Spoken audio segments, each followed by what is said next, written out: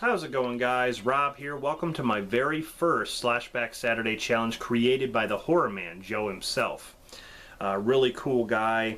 He knows a lot about horror movies, and I thought I'd participate in the challenges. This Saturday is medical slashers, and the one that I picked is probably a movie that not anyone else is going to pick because they probably wouldn't consider it a slasher, even though it has a lot of slasher elements. And it's also considered to be a sci-fi action horror movie. So there's three genres within this, according to IMDb. Horror, sci-fi, and action. But like I said, there are a lot of slasher elements. I mean, you're talking about, you know, he kills people with a crowbar and stabs people through the chest and stuff like that. And the movie is TheHORROMan's that came out in 2000 with Elizabeth Shue and Kevin Bacon. I love this movie. I mean, call it a guilty pleasure, I don't know. I really like it. Kind of like The Invisible Man, but modernized. You got Josh Brolin in there. Let's see, who else? Well, Jerry Goldsmith did the music. It's got great music. Mary Randall. You got Kim Dickens in there. She's been in a lot of movies. But, yeah, just this movie, this was actually one of the first DVDs that I ever saw. Like, when I made my, you know, when I transferred from VHS to DVD, this was actually one of the first ones that I ever saw. And I remember being blown away, like, oh my God, DVD. Like, oh my God, that's awesome. You don't have to fast forward?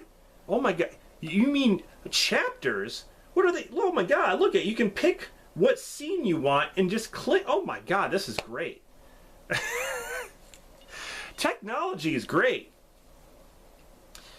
But TheHORROMan's, basically about a bunch of scientists who are trying to, they're basically trying to make people invisible, or make things invisible. They first start with animals, and the tests, you know, they become successful. So Sebastian, who's played by Kevin Bacon, who's ahead of the program, actually is going to be the first human trial. And it turns out to be successful, but the problem is that they can't figure out a way to bring him back. So he turns invisible, and they can't bring him back to be normal. And so as they're trying to find ways to do it, like, the days go by, and he starts to get crazy. You know, he feels like he has a curse on him, but at the same time he feels like he's powerful because he can do things that no one else can. He can basically, he can walk into a bank and rob it without anyone even knowing.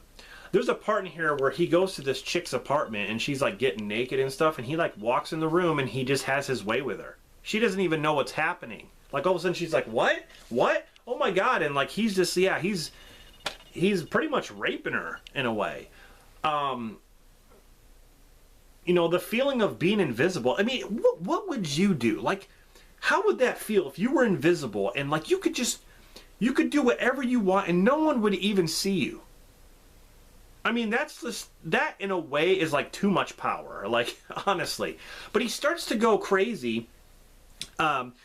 And the other scientists are trying to figure out a way to stop him because he just, he goes mad and he starts killing people, especially like the scientists that he works with. Josh Brolin and Elizabeth Shue are pretty much a couple in this.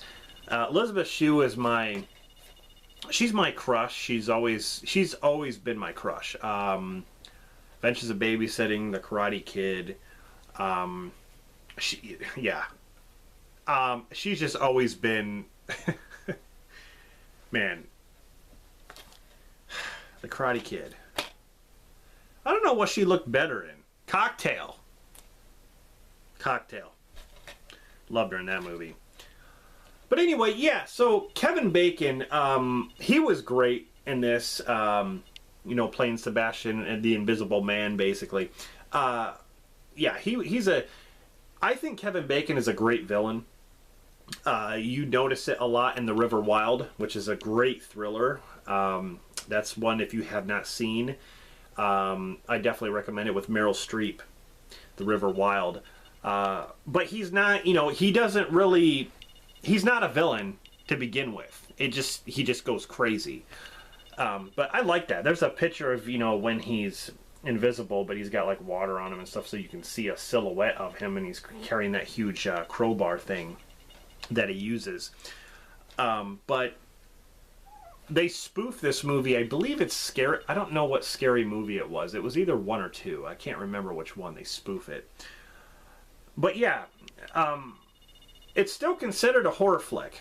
It's because there's, you know, there's blood and there's stabbings and killings in this movie.